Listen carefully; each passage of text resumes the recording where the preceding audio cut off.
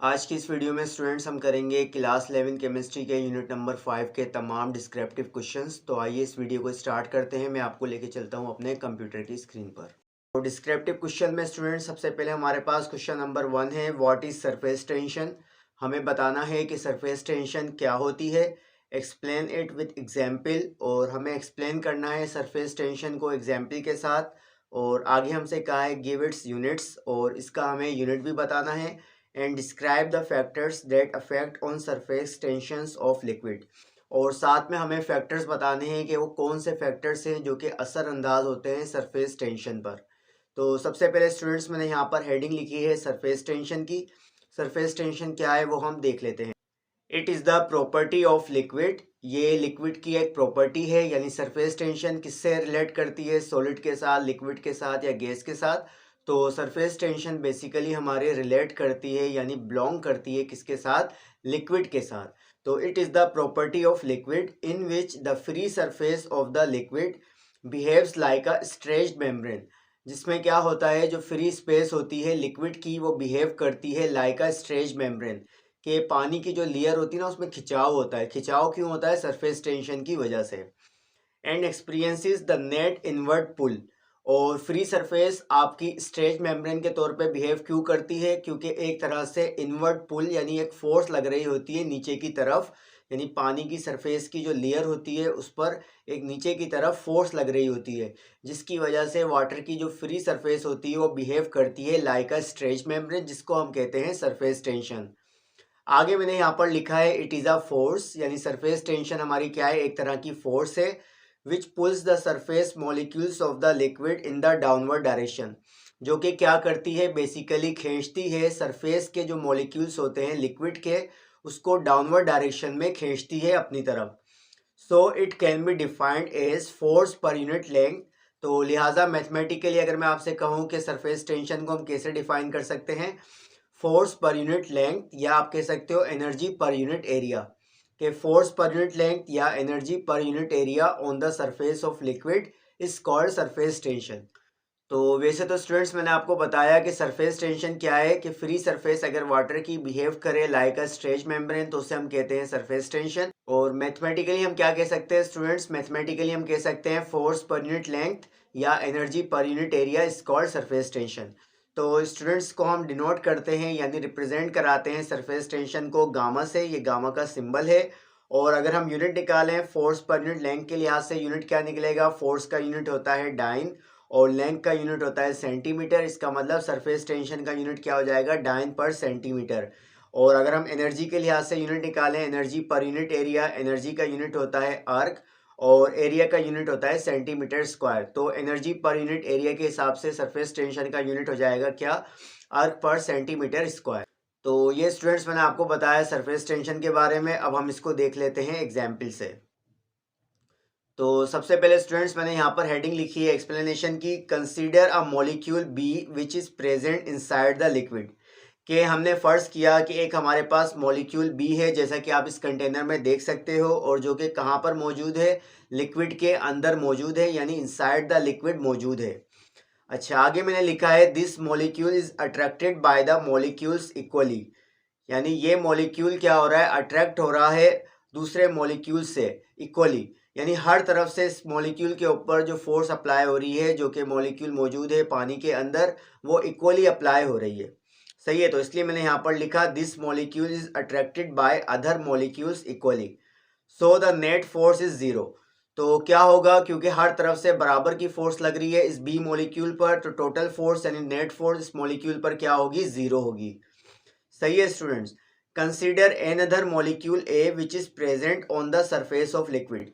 अब अगर स्टूडेंट्स मैं आपसे कहूं कि एक हमारा दूसरा मॉलिक्यूल जिसको मैंने ए से रिप्रेजेंट कराया है, और वो कहां पर मौजूद है, लिक्विड की सरफेस पर मौजूद है। This molecule is attracted by other molecules only in downward direction. तो अगर हम इस मॉलिक्यूल के ऊपर फोर्सेस की बात करें, तो इस मॉलिक्यूल के ऊपर जो कि ए मॉलिक्यूल है लिक्विड की सरफेस पे मौजूद है, इस पर जितनी भी फोर्सेस लग रही हैं वो डाउनवर्ड डायरेक्शन में लग रही हैं। But there is no upward force on this molecule. लेकिन अगर स्टूडेंट्स मैं आपसे पूछूं इस ए मॉलिक्यूल के ऊपर ऊपर की तरफ से कोई फोर्स लग रही है, ऊपर की तरफ से कोई फोर्स नहीं लग रही, जितनी भी फोर्सेस लग रही हैं वो नीचे की तरफ से लग रही हैं। तो therefore it is said that the free surface of liquid behaves like a stretch membrane. इसलिए सारा का सारा जो खिंचाव है इस मॉलिक्यूल ए पर वो कहाँ से है, नीचे की तरफ से है। इसलिए हम कहते हैं कि जो फ्री सरफेस होती है लिक्विड की वो बिहेव्स करती है लाइक अ स्ट्रेच मेम्ब्रेन, जिसको हम कहते हैं surface tension.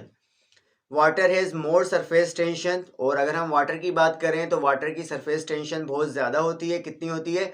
72.583 dyne per centimetre than other organic liquids. दूसरे ऑर्गेनिक लिक्विड से अगर हम कंपेयर कराएं वाटर को, जैसा कि बेंजीन हो गया, इथाइल अल्कोहल हो गया, क्लोरोफॉर्म हो गया, इन तमाम ऑर्गेनिक लिक्विड्स के मुकाबले में वाटर की जो सरफेस टेंशन है वो बहुत ज़्यादा होती है। अब स्टूडेंट्स आगे हमसे कहा था कि फैक्टर्स बताएं, कौन से फैक्टर्स इफेक्ट करते हैं किस पर, सरफेस टेंशन पर। तो अब हम फैक्टर्स देख लेते हैं। तो स्टूडेंट्स मैंने यहाँ पर हेडिंग लिखी है factors affecting on surface tension.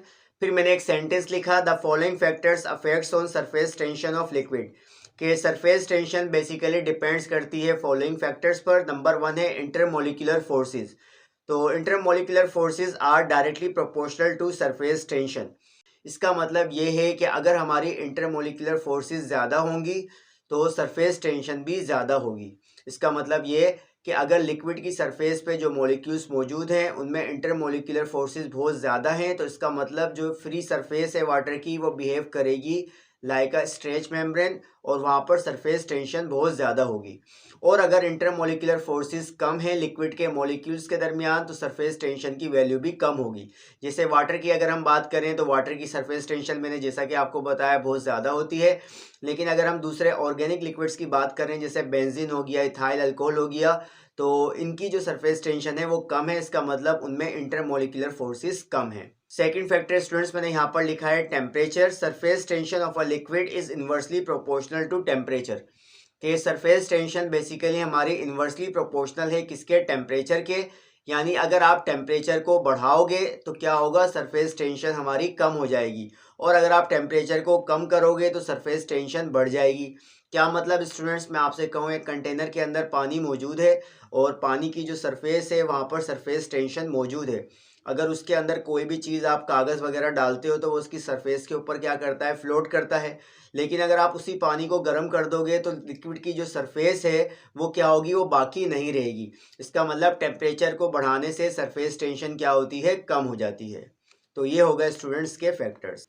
अब स्टूडेंट्स हम देख लेते हैं question number 2, explain the factors why honey is more viscous than water. हमें बताना है कि वो कौन से फैक्टर्स हैं जिसकी वजह से शहद ज़्यादा गाढ़ा होता है पानी के मुकाबले में। तो स्टूडेंट्स मैंने यहाँ पर सबसे पहले सेंटेंस लिखा, honey is more viscous than water due to following factors. के अगर हम बात करें शहद की तो शहद ज़्यादा गाढ़ा होता है वाटर के मुकाबले में फॉलोइंग फैक्टर्स की वजह से। तो नंबर 1 इसके अंदर भी स्टूडेंट्स है हमारे पास इंटरमोलिकुलर फोर्सेस। तो यहाँ पर मैंने पॉइंट लिखा, intermolecular forces of molecules is directly proportional to viscosity. इसका मतलब स्टूडेंट्स ये है कि अगर इंटरमोलिकुलर फोर्सेस लिक्विड के मॉलिक्यूल्स के दरमियान बहुत ज़्यादा होंगी तो विस्कोसिटी भी ज़्यादा होगी, यानी वो जो लिक्विड होगा वो बहुत ज़्यादा गाढ़ा होगा। Therefore, intermolecular forces among the honey molecules are very large as compared to the intermolecular forces in water. तो लिहाजा अगर स्टूडेंट्स हम शहद की बात करें तो शहद के जो मॉलिक्यूल्स होते हैं उसमें इंटरमोलिकुलर फोर्सेस बहुत ज़्यादा होती हैं, जिसकी वजह से शहद क्या होता है, बहुत ज़्यादा गाढ़ा होता है पानी के मुकाबले में। आगे स्टूडेंट्स मैंने यहाँ पर लिखा है, due to the large intermolecular forces in honey. क्योंकि शहद के अंदर बहुत ज़्यादा इंटरमोलिकुलर फोर्सेस होती है शहद के मॉलिक्यूल्स के दरमियान, तो Honey can not flow easily like water. तो लिहाजा शहद आसानी के साथ फ्लो नहीं कर सकता जैसा कि पानी हमारा फ्लो कर सकता है। And viscosity of honey is 10,000 सेंटीपॉइस।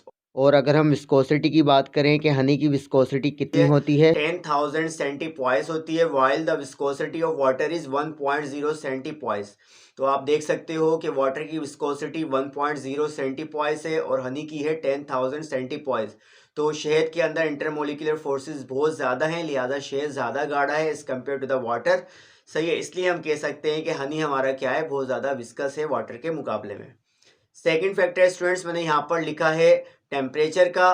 Viscosity of a liquid is inversely proportional to temperature. यहाँ भी क्या है कि विस्कोसिटी इन्वर्सली प्रोपोर्शनल है टेम्परेचर के, यानी अगर हम टेम्परेचर को बढ़ाएंगे तो मॉलिक्यूल्स का जो गाढ़ापन होगा वो कम हो जाएगा। जैसे अगर मैं आपसे कहूँ शहद को अगर आप गर्म करोगे टेम्परेचर बढ़ाओगे यानी, तो क्या होगा, शहद के मॉलिक्यूल्स के अंदर जो विस्कसपन है, गाढ़ापन है, वो क्या होगा, वो कम हो जाएगा। तो यही बात मैंने यहाँ पर लिखी है, therefore the viscosity of honey generally decreases with the increase in the temperature, कि शहद की जो विस्कोसिटी है वो डिक्रीज हो जाती है अगर हम टेम्परेचर को इंक्रीज करेंगे। अब स्टूडेंट्स हम देख लेते हैं question number 3, what is hydrogen bond, how is it established, give its application in industrial and biochemical process. तो स्टूडेंट्स मैंने यहाँ पर लिखा है already explained in question number 4 of short questions. आपको याद होगा मैंने जब क्लास 11 केमिस्ट्री का यूनिट नंबर 5 के शॉर्ट क्वेश्चंस कराए थे, तो उसके अंदर भी ये टॉपिक आया था हाइड्रोजन बॉन्ड वाला, जैसा कि आप स्क्रीन पर भी देख सकते हो। ये शॉर्ट क्वेश्चन में था, क्वेश्चन नंबर 4 में हमें बताना था कि हाइड्रोजन बॉन्डिंग वाटर के अंदर किस तरह से होती है, तो ये मैंने आपको ऑलरेडी एक्सप्लेन किया है। तो ये क्वेश्चन स्टूडेंट्स मैं ऑलरेडी एक्सप्लेन कर चुका हूँ शॉर्ट क्वेश्चंस के अंदर, आप वहाँ से जाके देख सकते हो। तो इस वीडियो के अंदर जो इसका बाकी पार्ट है, यानी एप्लीकेशंस क्या होती हैं हाइड्रोजन बॉन्डिंग की इंडस्ट्रियल में और बायोकेमिकल प्रोसेस में, ये हम डिस्कस करेंगे। तो ये मैं आपको ऑलरेडी समझा चुका हूँ, इसलिए मैं इसको थोड़ा सा आगे कर देता हूँ। तो ये सारी चीज़ें मैंने आपको बताई हैं शॉर्ट क्वेश्चंस में, आप वहाँ से जाकर देख सकते हो। अब स्टूडेंट्स हम देख लेते हैं एप्लीकेशंस ऑफ हाइड्रोजन बॉन्डिंग, के हाइड्रोजन बॉन्डिंग की क्या एप्लीकेशंस हैं इंडस्ट्री के अंदर और बायोकेमिकल प्रोसेस में। तो सबसे पहले तो स्टूडेंट्स मैंने यहाँ पर यही सेंटेंस लिखा है आसान सा, the applications of hydrogen bonding in industry and biochemical process are the following, के कुछ एप्लीकेशंस हैं किसके अंदर, इंडस्ट्री में और बायोकेमिकल प्रोसेस में हाइड्रोजन बॉन्डिंग की, जो कि मैंने नीचे यहाँ पर मेंशन की है। तो नंबर 1 मैंने स्टूडेंट्स यहाँ पर पॉइंट लिखा है, water is an essential need of human being, जैसा कि हमें पता है कि पानी इंसान की क्या है, बहुत बड़ी ज़रूरत है। It is not only use for drinking, ये सिर्फ और सिर्फ पीने के लिए हम यूज़ नहीं करते, बट वेरियस अदर पर्पस, तो दूसरे पर्पस के लिए हम यूज़ करते हैं, जैसे कपड़े धोने के लिए, खाना बनाने के लिए, etc. It exist in liquid states at ordinary temperature due to the presence of hydrogen bonding, और पानी बाय डिफॉल्ट लिक्विड स्टेट के अंदर मौजूद होता है रूम टेम्परेचर में। और इसका रीज़न क्या है, ऐसा क्यों होता है, लिक्विड स्टेट में रूम टेम्परेचर पे क्यों मौजूद होता है, हाइड्रोजन बॉन्डिंग की वजह से मौजूद होता है। तो ये हो गया फर्स्ट पॉइंट एप्लीकेशन का। सेकेंड पॉइंट स्टूडेंट्स मैंने यहाँ पर लिखा है, macro biomolecules such as protein, DNA play vital functions of life, कि अगर हम मैक्रो बायोमोलिक्यूल्स की बात करें या डीएनए की बात करें, तो ये एक अहम किरदार अदा करते हैं इंसान की ज़िंदगी में। Hydrogen bonds hold their chain in particular sequence, और हाइड्रोजन बॉन्डिंग की वजह से इनकी जो पर्टिकुलर चेन होती है प्रोटीन्स की और डीएनए सेल की, वो बिल्कुल क्या रहती है, बरकरार रहती है। तो ये एक सेकंड एप्लीकेशन हो गई किसकी, हाइड्रोजन बॉन्डिंग की। थर्ड स्टूडेंट्स मैंने यहाँ पर एप्लीकेशंस लिखी है, cleaning action of soap and detergent is based on hydrogen bond formation, कि जब भी हम सोप से, साबुन से हाथ धोते हैं या क्लोथ्स को हम वॉश करते हैं डिटर्जेंट्स की मदद से, तो उसके अंदर जो क्लीनिंग एक्शंस होता है वो किसकी वजह से होता है, हाइड्रोजन बॉन्ड की फॉर्मेशन की वजह से होता है। फोर्थ पॉइंट स्टूडेंट्स मैंने यहाँ पर लिखा है, पेंट्स आर विस्कस मटेरियल, कि अगर हम पेंट्स की बात करें तो पेंट जो है वो ज़्यादा गाढ़ा होता है, they easily form a smooth layer on surface, और पेंट जब हम किसी चीज़ पर करते हैं तो उसकी एक स्मूथ लेयर बन जाती है सरफेस पर। The adhesive actions of paint is developed due to the hydrogen bonding, और आपने देखा होगा कि अगर गलती से पेंट वगैरह हमारे हाथ पर लग जाए तो हाथ के अंदर चिपचिपाहट सी होती है, तो वो जो चिपचिपाहट होती है यानी एडहेसिव एक्शन जो होता है पेंट्स का, वो भी किसकी वजह से होता है, हाइड्रोजन बॉन्डिंग की वजह से होता है। फिफ्थ एप्लीकेशन स्टूडेंट्स मैंने यहाँ पर लिखी है, cloth is made up of fibre such as silk, polyester, nylon, etc, कि अगर हम कपड़ों की बात करें तो कपड़े हमारे किससे बनते हैं, फाइबर से बनते हैं, जैसे कि सिल्क हो गया, पॉलिएस्टर हो गया, नायलॉन हो गया, ये सारे हमारे किससे बनते हैं, फाइबर से बनते हैं। The rigidity effect in threads, के धागे के अंदर जो सख्तपन होता है वो किसकी वजह से डेवलप होता है, हाइड्रोजन बॉन्डिंग की वजह से डेवलप होता है। तो ये हो गई स्टूडेंट्स एप्लीकेशन किसकी, हाइड्रोजन बॉन्डिंग की। अब स्टूडेंट्स हम देख लेते हैं last question, question number 4, what is mean by liquid crystals, liquid crystals का क्या मतलब है, how is it differing from liquids and crystalline solids, और किस तरह से ये मुख्तलिफ है लिक्विड से और क्रिस्टलाइन सॉलिड से। सही है स्टूडेंट्स, तो ये हमें इसके अंदर बताना है। तो सबसे पहले स्टूडेंट्स मैंने यहाँ पर हेडिंग लिखी लिक्विड क्रिस्टल की। तो लिक्विड क्रिस्टल क्या होता है वो हम देख लेते हैं। A liquid crystal is a state of matter between liquid and solid, के लिक्विड क्रिस्टल बेसिकली मैटर की एक स्टेट है जो कि दरमियान में आती है लिक्विड और सॉलिड के। Liquid crystals are usually organic in nature और may be some time mixture of both organic and inorganic material. कि अगर हम लिक्विड क्रिस्टल्स की नेचर की बात करें तो मोस्टली लिक्विड क्रिस्टल्स ऑर्गेनिक होते हैं, लेकिन कभी कभार ये मिक्सचर होता है ऑर्गेनिक और इनऑर्गेनिक मटेरियल्स का। Liquid crystals exist both naturally और they can be synthetically developed. के लिक्विड क्रिस्टल्स नेचुरली भी मौजूद होते हैं, एग्जिस्ट करते हैं, और इसको हम लैब के अंदर भी तैयार कर सकते हैं। और अगर स्टूडेंट्स हम बात करें कि लिक्विड क्रिस्टल्स का क्या यूज़ है, कहाँ यूज़ होते हैं, तो liquid crystals are commonly use in our daily life. Liquid crystals को हम डेली लाइफ के अंदर यूज़ करते हैं। For example liquid crystal display, जैसा कि आपने वर्ड सुना होगा एलसीडी। एलसीडी की फुल फॉर्म क्या है? Liquid crystal display. घरों के अंदर जो टीवी वगैरह हम एलसीडी वाले यूज़ करते हैं तो उसके अंदर लिक्विड क्रिस्टल यूज़ होता है। तो LCDs are use in the screens of various devices. के मुख्तलिफ डिवाइसेस के अंदर हम एलसीडीज यूज़ करते हैं, जैसा कि रिस्ट वॉचेस के अंदर, मोबाइल फ़ोन्स में, टैबलेट कंप्यूटर्स में, और स्क्रीन ऑफ कंप्यूटर्स में, टीवी में, पीएच मीटर्स में, और एटीएम मशीन्स वगैरह के जो डिस्प्ले होता है उन सब में जो स्क्रीन यूज़ होती है वो किसकी होती है? लिक्विड क्रिस्टल्स की होती है। तो ये हो गया यूज़ ऑफ लिक्विड क्रिस्टल का।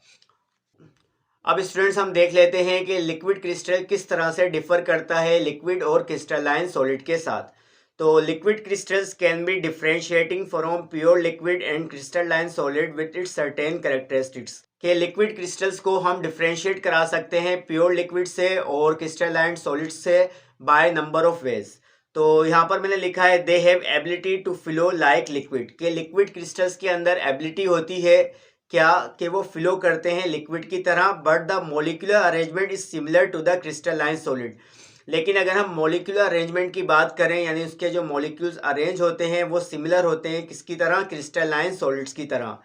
Liquid crystals have optical properties as found in crystalline solids. के लिक्विड क्रिस्टल्स के अंदर ऑप्टिकल प्रॉपर्टीज मौजूद होती हैं, जैसा कि अभी मैंने आपको बताया, इसको हम डिस्प्ले वगैरह में यूज़ करते हैं। तो जो कि मौजूद होती हैं किसके अंदर? क्रिस्टलाइन सॉलिड में भी मौजूद होती हैं। But exhibit anisotropy. लेकिन क्रिस्टलाइन सॉलिड्स के अंदर एन आइसोट्रोपी की प्रॉपर्टी मौजूद होती है। और ये क्या होती है स्टूडेंट्स? यहाँ पर मैंने डिफाइन लिख दी ताकि आपके जहन में रहे। Anisotropy is defined as the property of a substance to show the variation in the physical properties along different molecular axis. तो ये क्या है हमारी एनआइसोट्रॉपी? ये प्रॉपर्टी है किसी सब्सटेंस की जिसके अंदर फिजिकल प्रॉपर्टीज में चेंज आता है, सही है, एक्सिस के लिहाज से। यानी अगर हर एक्सिस के लिहाज से अगर हम बॉन्ड्स की फॉर्मेशन देखें तो वो चेंज हो जाती है किसमें? क्रिस्टलाइन सॉलिड में। तो ये कुछ प्रॉपर्टीज हैं जिसकी बुनियाद पर हम कह सकते हैं कि लिक्विड क्रिस्टल्स आपका क्या होता है? डिफरेंशिएट होता है किससे? क्रिस्टलाइन सॉलिड से और प्योर लिक्विड से। तो स्टूडेंट्स वीडियो के अंदर जितने भी हमारे डिस्क्रिप्टिव क्वेश्चंस है यूनिट नंबर 5 के वो कंप्लीट हो गए। आज की इस वीडियो में हम इतना ही रखते हैं, फिर मिलेंगे। अल्लाह हाफिज़।